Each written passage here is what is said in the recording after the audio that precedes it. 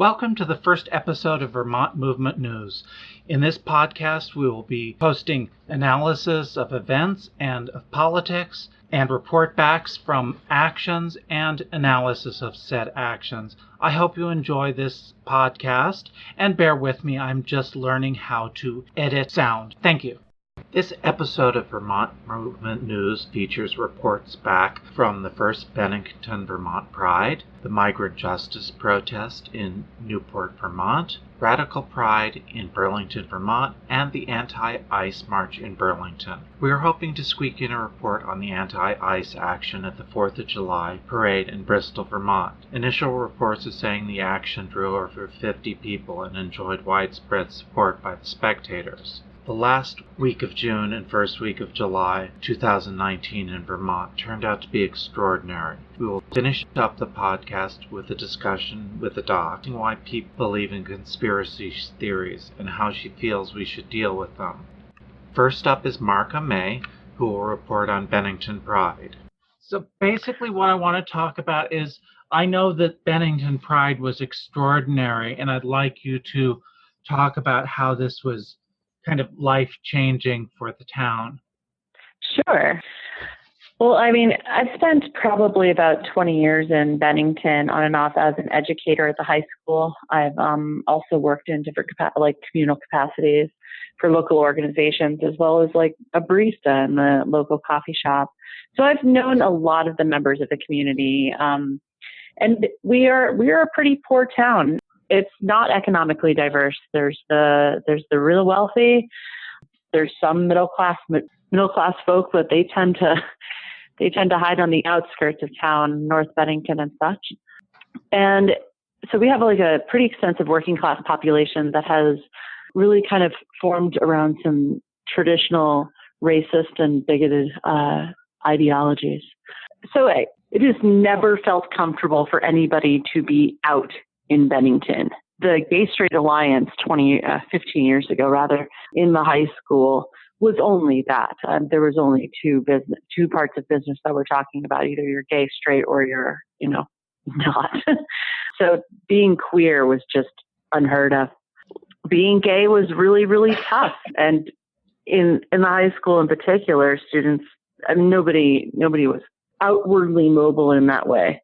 So this year, the idea came across, and immediately everybody was pretty frightened. Nobody thought that anyone would show up. Then this woman came forward, Lisa Carton. She's a fantastic activist. She does a lot of hard work with middle class folks as well as upper middle class, trying to get people to put money forward to different organizations. And yeah, she's a hardworking person. So she came up with the idea and decided to go full throttle. I think that because she did go full throttle, that's what made it work. That we had a drag show, that we had on Friday night, and that people were out in the town on Friday night. I've never seen people prancing on the streets of Bennington ever, and it was pretty glorious. And so yeah, I mean, after drag night, I knew that there was a chance that this could be okay. And so, yeah, with the parade and then the subsequent after parties, the town has been expressing a lot of hope. But there is also a slew of online media surrounding like where's my straight pride? Why do you have to put it out there in front of us? All of the kind of regular phrases that we might hear that are sort of bigoted towards folks of opposing sexuality. I would tend to think of this straight pride as not regular conservative people, but in the Boston straight pride thing is extreme right. It's run by somebody who is happy to hang out with neo-Nazis. Is that the same in Bennington? Yeah, sure. So I think that people that are probably putting this out there right now are more people that are interested in just sort of being in opposition to whatever the leftists are trying to make inclusive. It's not necessarily an educated perspective, which makes it harder, honestly. Do you expect Bennington to be changed by this Pride Day, Pride weekend? No. It sounds really pessimistic, but I expect that if Bennington's going to be changed, there has to be like perpetual momentum. A lot of times I find that like liberal participants in activism want to just put in their 2 cents or put in their, voice and say, okay, I did it. Why isn't it changing? Or, okay, I did it. It's not going to change. See? And so nothing. I don't think that. I think that they will all either, fade into black, or if they do not continue a very direct push towards change, I can't see Bennington really progressing much more. In Burlington, the same day, there was a radical anti-corporate pride. It was a very small event. I just interviewed somebody who was present at it. But what made that event unusual is that afterwards, there was a push that the momentum can't stop here. We have to keep on organizing. And they created an alliance with Food Not Bombs to get food to people who don't have food in the community. I think that's promising. Is that something that could happen in Bennington?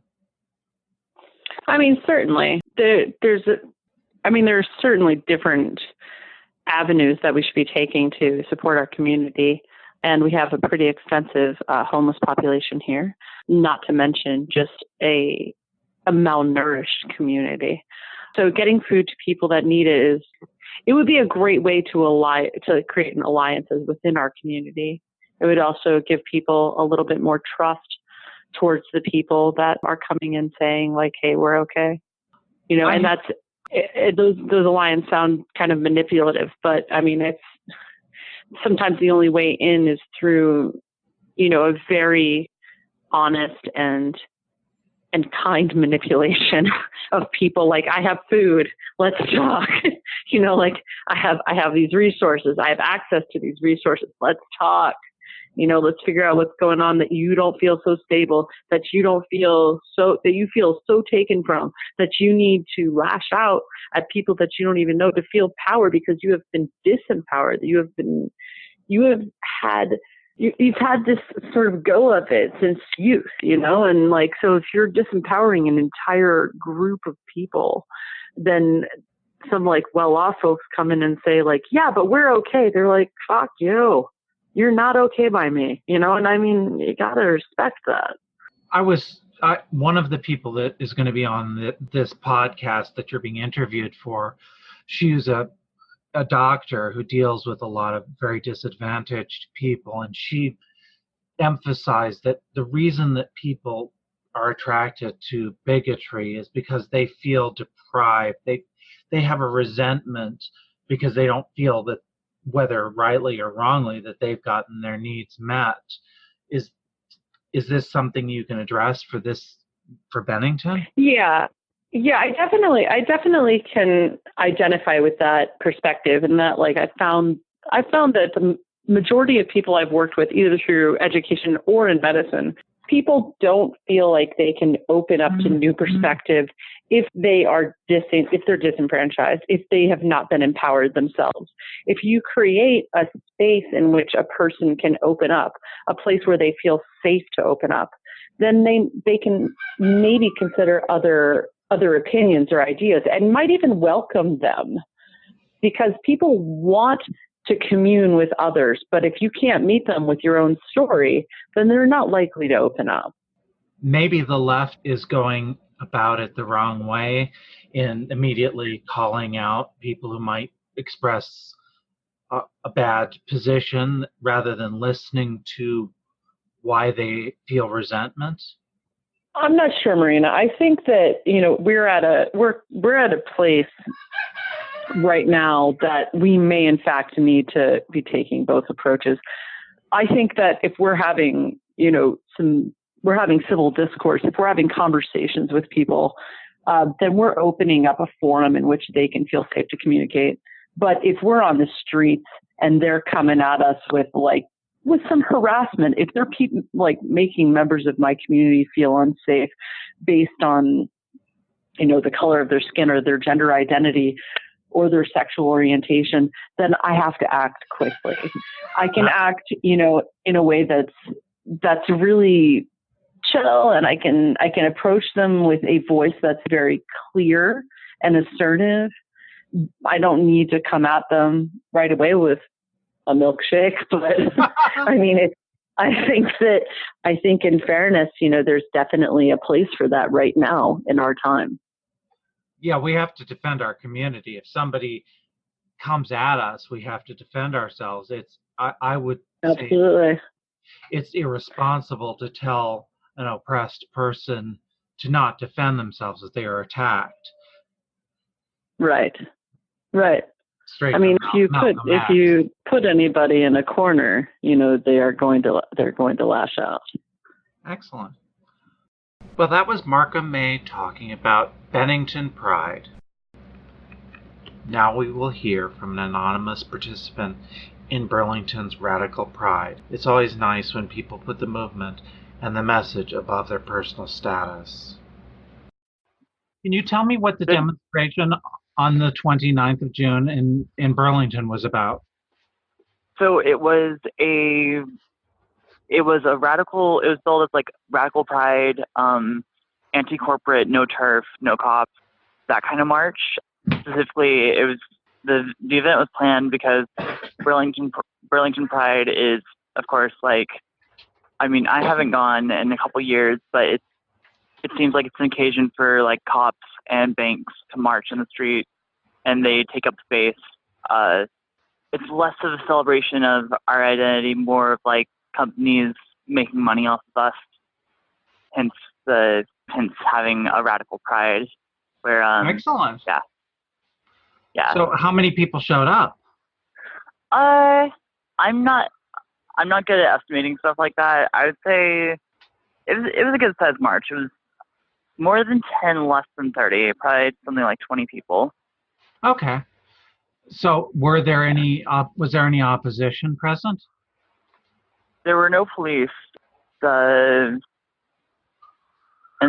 I mean, there were like the usual crowd on Church Street, like photographing us and like people watching us. The only I don't know if you can hear, but like I'm sitting in a park and there's a siren going off next to me. So there wasn't like anything organized against us, but like I'm moving from my spot where I was sitting.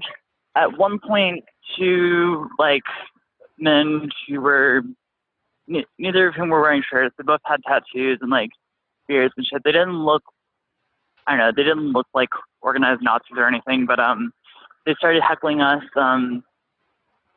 They were like flipping the bird and just yelling "fuck you" as we were marching up the street.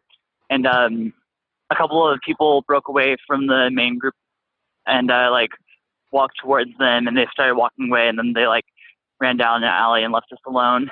Okay. And then besides that, I went off without a hitch.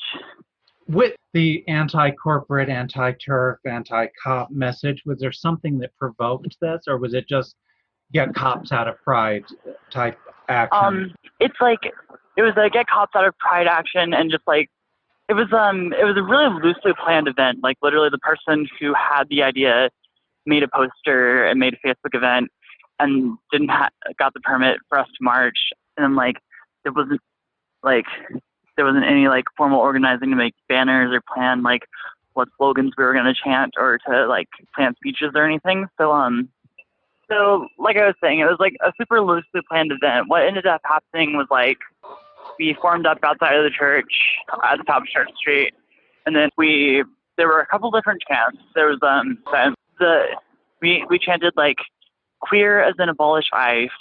I think probably queer as in fuck the police. Then there were a couple longer ones. It was queer liberation worldwide, no cops at Pride, and they made money while we died, no banks at Pride. I think those were 4 chants that went around. And Excellent. so we gathered outside the church, and there was a banner at the front of the march, and then one individual wearing black bloc with a ANCOM flag walking in front, waving the ANCOM flag around, and people were chanting. We gathered outside of City Hall, and people brought people brought pride flags and the ANCOM flag and the banners and stuff, like all went up the stairs and hung their flags and banners off the railing at City Hall. And then people spoke for a while, and then it was all impromptu. No one had planned speeches. And then after that, we marched back up to Church Street, and it was while we were marching back, and all the way back we chanted queers and abolish ICE. It was on the way back when that altercation with the two shirtless guys happened. Was this separate from the ICE anti-ICE thing that was planned, or is this yes thing? Okay. I think the anti-ICE thing happened like today, didn't it? Okay. Yeah, so this was a totally separate thing. It wasn't even planned to be an anti-ICE protest. That's the mood people were in. ICE sucks. Yeah, ICE does suck. Hence yelling "fuck ICE" as you march down the street. What else? And then like the cool thing that came out of it was like it ended up like towards the end after everyone marched back, when people were like speaking on the steps of City Hall, like the subject of like community organizing like came up a bunch, and people were like started brainstorming just ways of like community organizing. And then like as we got back to the top of Church Street, people were hanging out, getting to know each other, and it seemed like some pretty promising connections were made. Good. And yeah, that was cool. And then that was about it.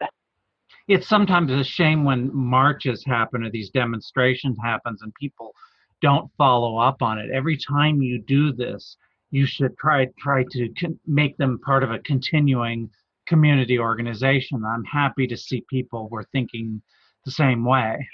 Yeah, people were talking about food distribution, organizing, forming like networks of like distributing food amongst people who like can't afford to be food secure at all times. We ended up, the Burlington chapter of Food Not Bombs sets up every Sunday in City Hall Park. So they overheard the demonstration happening, and some of their members came and joined us, and then ended up talking about their work. People were discussing where to get Narcan training and like sorts of things like that. And there was like some musician who books punk shows, and she was talking about having like activist organizations table at her shows. Yeah. Cool. Way cool. Is there a plan to do a follow-up to this during actual Burlington Pride?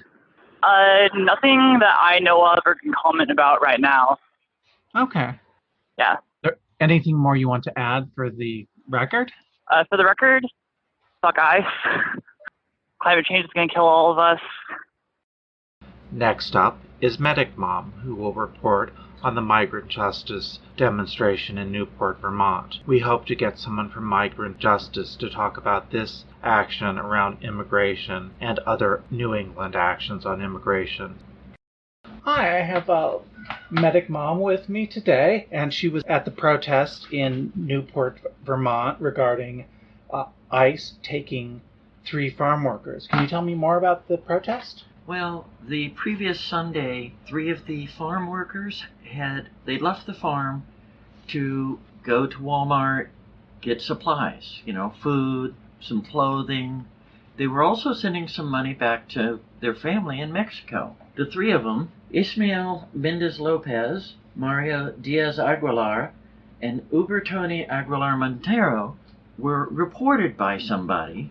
So they were first met by the Border Patrol outside in the parking lot where they were at their car, a friend's car who was driving them around. That Border Patrol officer asked some questions, then proceeded to release them. They drove away, heading back home, and got half a mile or a mile down the road, and Border Patrol pulled them over again. This time, different Border Patrol officer. At this one, they determined that these 3 did not have the proper documents on them, and so they were arrested and taken into custody. Last I heard, they're now in a detention center in New Hampshire. Stratford, awaiting determination whether they will be able to remain or if they will be deported back to Mexico. I have heard that 2 are apparently going to be deported. The 3rd, I don't know who exactly is allowed to stay and who's going to be sent back. I don't have that information at this time. Do you know who reported them? Is that clear? That has never been revealed. It is thought, based on what was going on, that it was one of the Walmart employees, but this has not been confirmed at this time. They were using Western Union or some service like that to send money back? Yeah, they're local farm workers. They have been working at one of the local dairy farms. And the thing is, so few people are willing to work the dairy farms because it is hard work. And other than a few family farms, it's migrants, whether documented or not, who are doing the work. And to find that the very people who are actually doing the work so that the cows are milked and the milk gets to its proper place, they're being picked up for this stupid reason. How many people were at the protest? I did a rough calculation while I was there, and I would say about 55.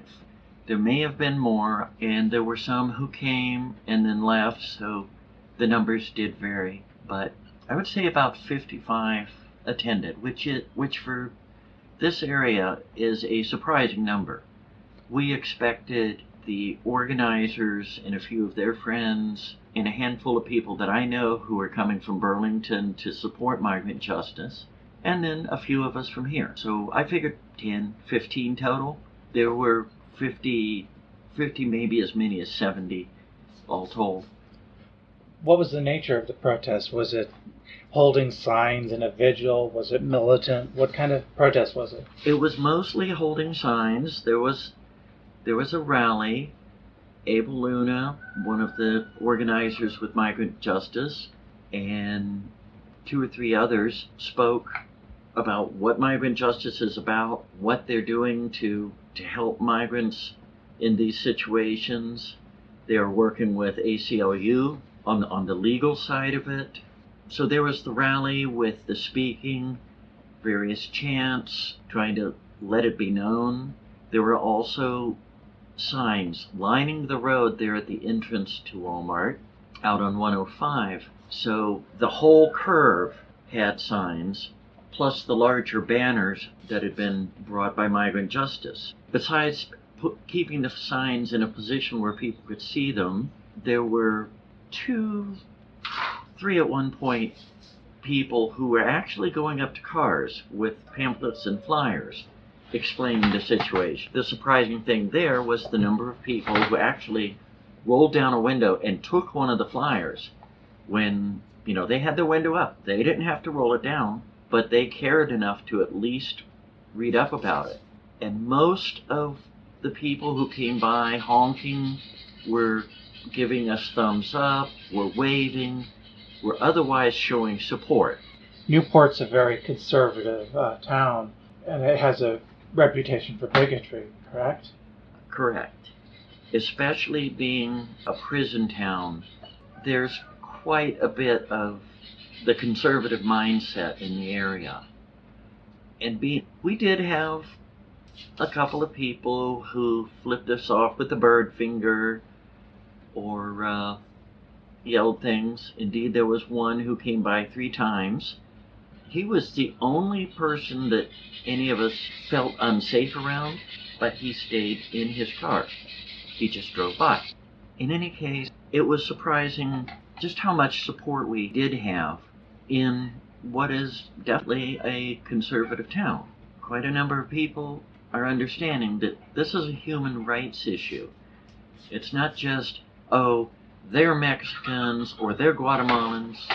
Well, we just had an incident with a dog getting in and chasing our chickens, so Medic Mom will try to resume her thoughts. Yeah, there's the big thing. People keep getting this attitude about immigrants, especially about those who are undocumented. The fact is, any immigrant who comes to the U.S. for asylum, whether they're from Guatemala, Mexico, wherever, European countries for that matter, if they're seeking asylum, they have to come up onto U.S. land. They cannot even apply for asylum until they are here. And coming onto U.S. land without proper documentation is a misdemeanor. It's not even a big misdemeanor. So, it's not that people are criminal because they come here. It's kind of a fact of life. And once they're here, they apply for asylum or for citizenship, or in the case of many of the migrants, just the paperwork that allows them to legally come each season to do the work and then return back to wherever they came from at the end of the season. There's a lot of farm workers across the U.S. that this is exactly what happens. They'll be there through the season, and then they'll go back home for the off season. In any case, there's just this really bad attitude, and people like Migrant Justice are doing their best to correct these problems, working within the system, dealing with rallies like this to, in this case, condemning the situation that happened. So yeah, and my thoughts are still a bit off. Okay, so I think we got a summary of the rally and a little bit of the background. Thank you very much for talking with us about this. Thank you, Medic Mom. And thank you for having me. I am very pleased to have Rachel Frida Segal of the Peace and Justice Center to talk about the demonstration against ICE that happened in Burlington. This was separate from the Radical Pride. So Rachel, can you give me a report back on the march that happened against ICE in Burlington this week? I can. We had somewhere between 200 and 300 people turn out for a Tuesday noon march that we had only started promoting on Saturday in response to a national call for action. So it was coordinated with hundreds of other protests around the country, demanding that the camps on the southern border be closed. And we added some demands to it that included stopping the deportations locally. There are 3 migrant workers currently being detained who were picked up a week ago in Newport, Vermont.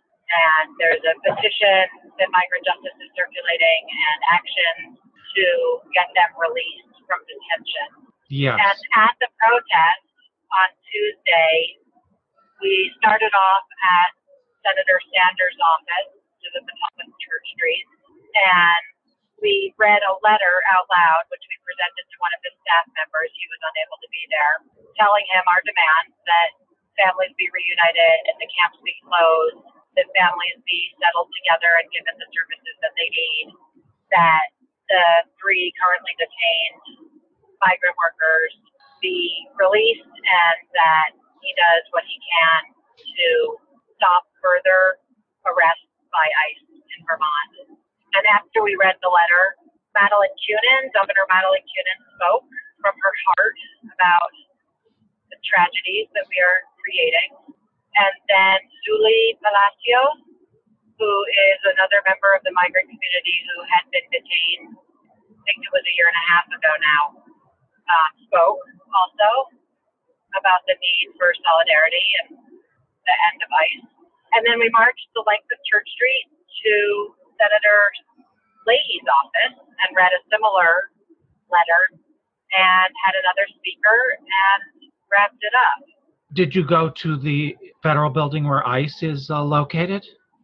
No, it's in Williston, and so it's strategically an interesting thing. It's at a location on a sort of off the track. It's like there's not a lot of audience there. So it makes sense because it's at the actual ICE offices, but it doesn't make sense in terms of getting the rest of the public on board and being visible in our resistance.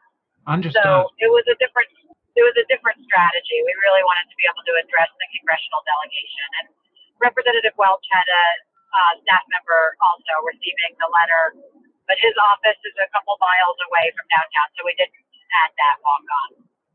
Did you get any response one way or the other from Sanders or Leahy's office, or just they took the letters? They took the letter.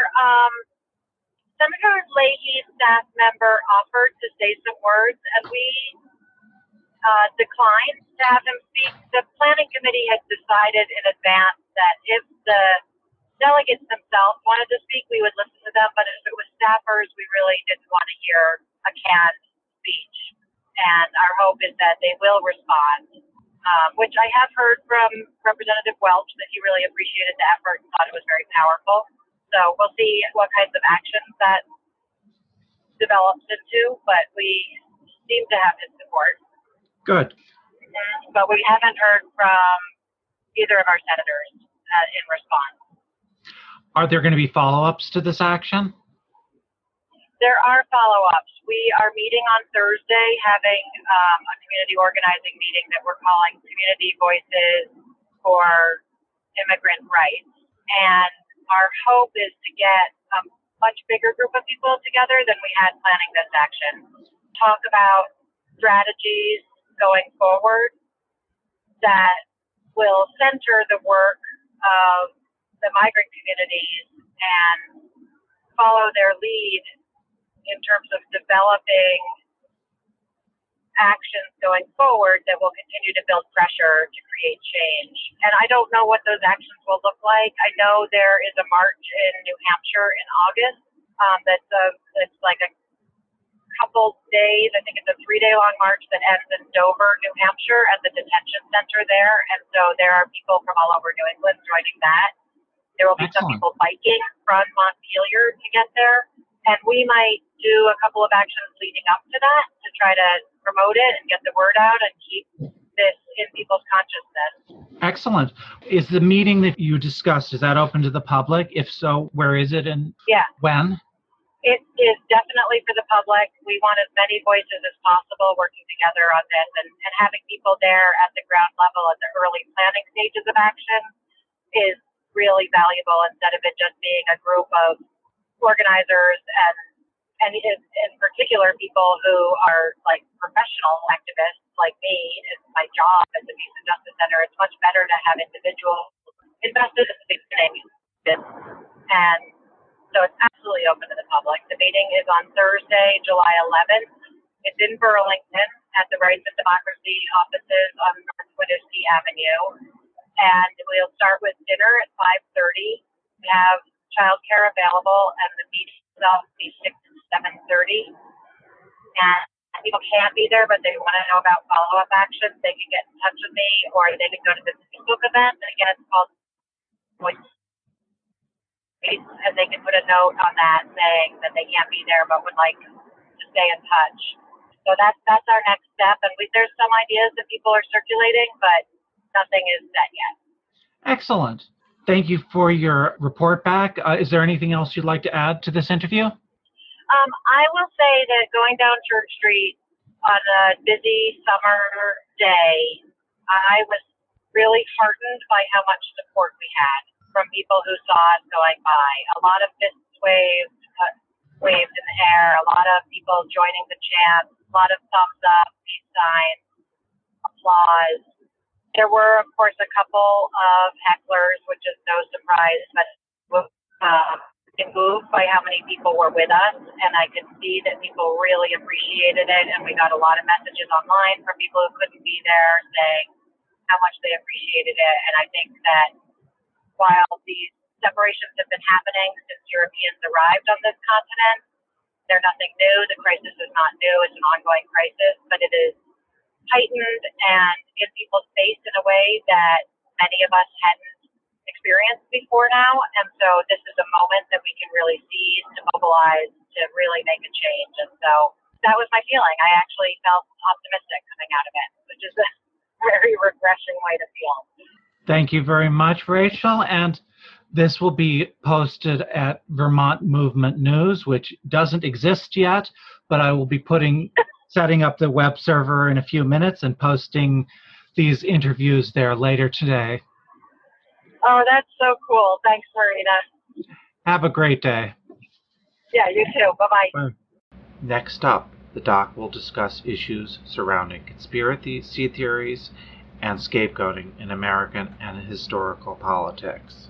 The show today, I want to ask questions about political cults, and if you have insight into why people join them and why they come to believe them, like QAnon or some of the Trump conspiracy theories or historical conspiracy theories? Well, there are multiple reasons. One of the major reasons is that people are looking for a validation of their situation in life. If they're unhappy with things and they are able to identify a target and are told that the target is responsible for their misery or failure or lack of economic success. And this has always been true, even back to the just post-Civil War era would be the most marked time, when African-American citizens were the authors of all the misery of the southern states, and the Ku Klux Klan came into force to right what they perceived were the wrongs of racial equality. How do these, historically, do you see modern U.S. Political conspiracy theories as being tied to historical conspiracy theories as the ones that were done in Europe regarding Jewish people, or is this a separate phenomenon? No, this is very much a continuation of anti-Semitism. And let's be frank, the United States is not guiltless with anti-Semitism reaching way back into its history. The Jewish ghettos of New York City and other large cities, certainly there were no major pogroms against the Jews in the United States, but treatment of the Jews has always been suspicious, isolationist. There were large objections to taking Jews during World War II on the State Department because of what was frankly overt anti-Semitism, that Jews would change the makeup of America. And at that time, they were only talking about the 900-some Jews on the steamer St. Louis. Were the Confederacy deeply involved in anti-Semitism? That was always a mixed thing for this Confederacy, since one of its cabinet officers was Jewish. But certainly a lot of the individuals who supported the Confederacy were anti-Semitic and anti-Black and anti-Irish frequently. And, there have been pogroms or riots against a number of suspicious groups in the United States. There's always been conspiracy. There was the conspiracy of the Jesuit oath that they would have to kill or sacrifice Protestant children or work against the United States. Yes. Any different group is apparently fair game for scapegoating. Why do you think it seems sometimes that in the political arena, things that are true, that are based on facts, don't get traction? Why do you believe that things that are patently false, whether it's anti-Semitic ideology or chemtrail theories, why do you think things that are patently not true seem to gain traction more easily than the stuff that's actually a fact? Well, we can just take the blame for that back to Ronald Reagan. When Reagan made, through special act, Rupert Murdoch a citizen of the United States, he allowed Murdoch to create a broadcasting network and outlet for validating an alternative reality. Would he not have been able to do that had he not been a citizen? No, he would not be allowed to own a large broadcasting network in the United States. So that was the beginning of the modern That was the beginning. Now, in fairness to Murdoch, the Republican Party spent decades giving lip service to right-wing and people and fundamentalist Christians that they were going to right the wrongs and correct things, which they never did. And by allowing a news network to validate that, it essentially created an alternative reality. Has this been seen in other countries, in other eras? It has been. Germany, late 1920s. The United Kingdom, 1930s. Spain, teens, 20s, and 30s. And more recently, since 2010 off and on. Greece, after the European Union enforced austerity upon it. Western Canada. Can you expose a little more of the content of these reality-lacking movements? perhaps these realities lacking movements have a commonality in that it reaches and nurtures a part in individuals who have a fear or a resentment. And these theories provide a means for the position of other people that allows them to not be responsible for their situation and finds them a convenient target.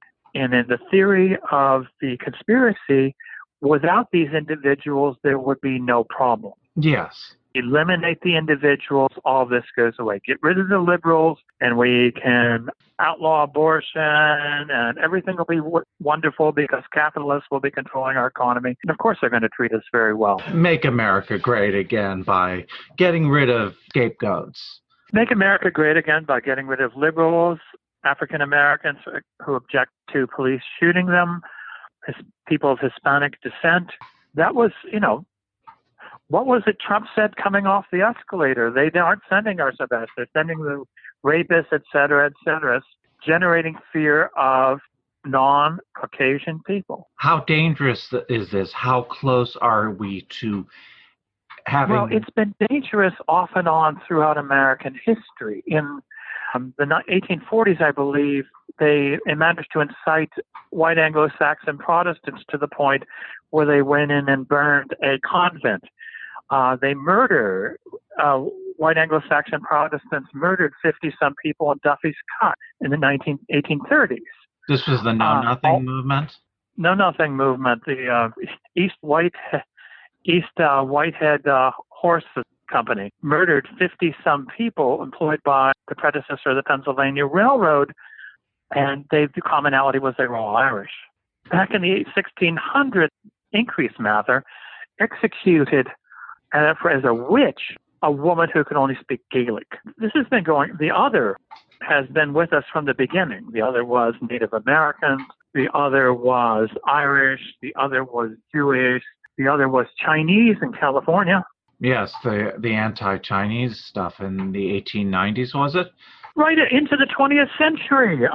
Hiram Bora, senator from California, was pushing for the Exclusion Act.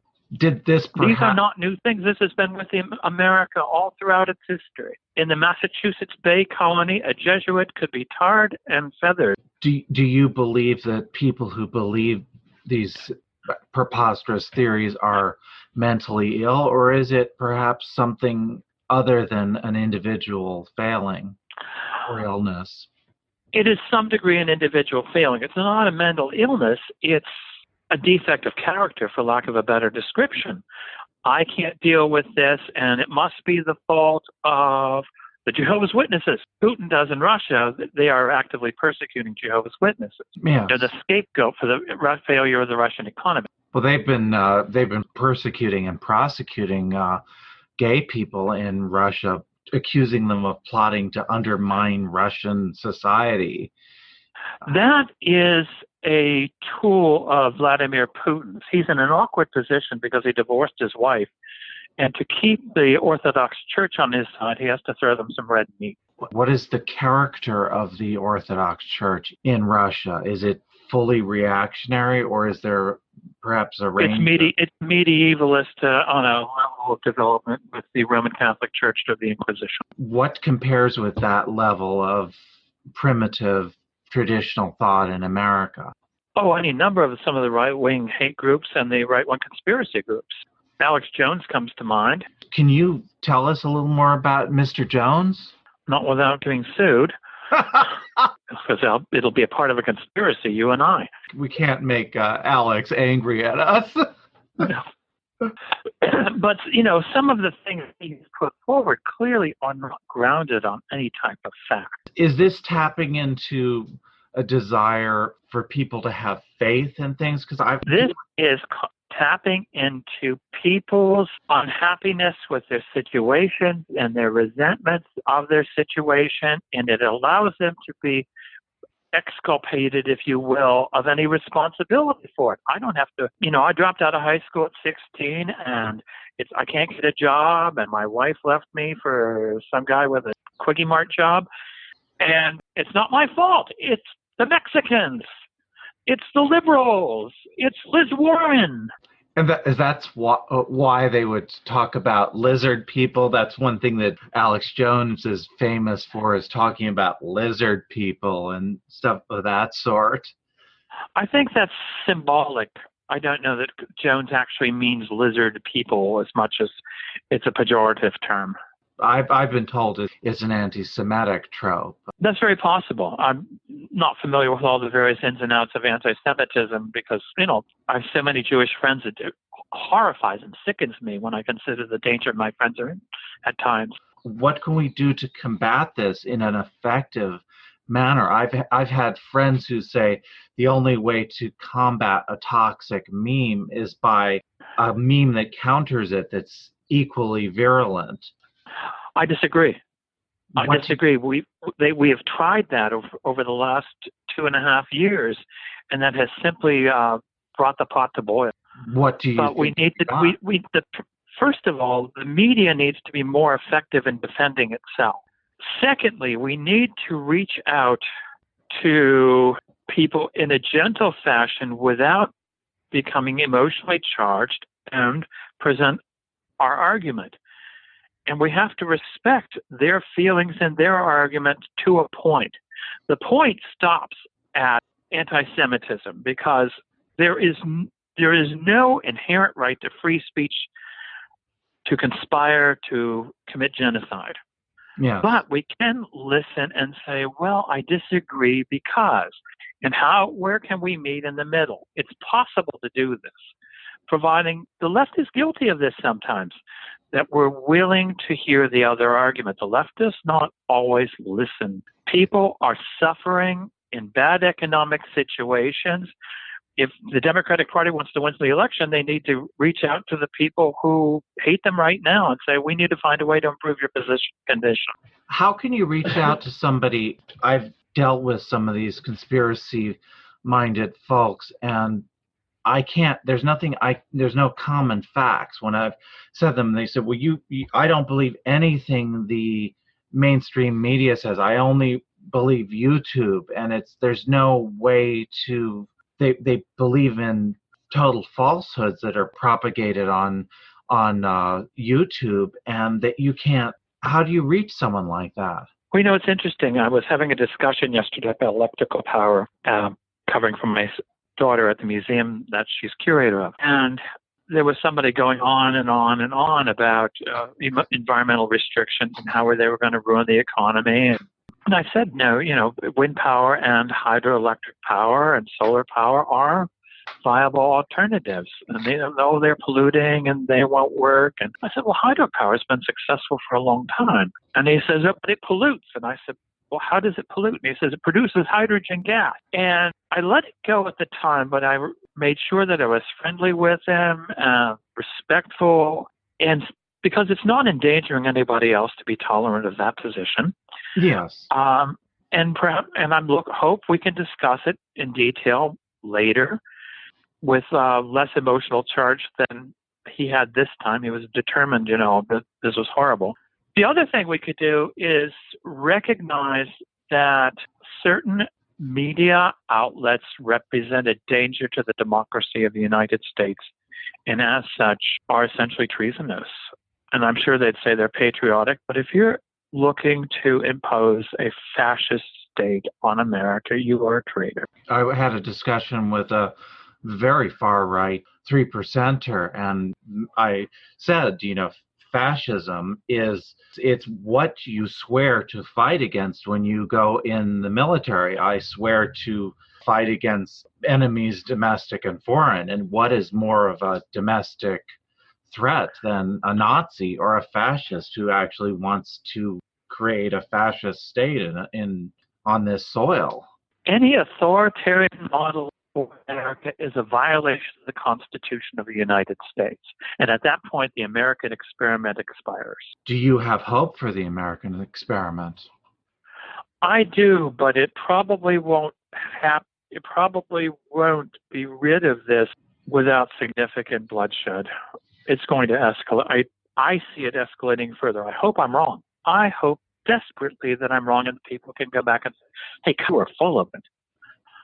But I am afraid it will escalate to a point, and then most Americans will be horrified at the outcome and say, we need to step back. That's what happened in the past with the Know Nothing movement and things of that nature. People were horrified by the outcome. They burned a convent in Philadelphia. They ended up killing a bunch of nuns.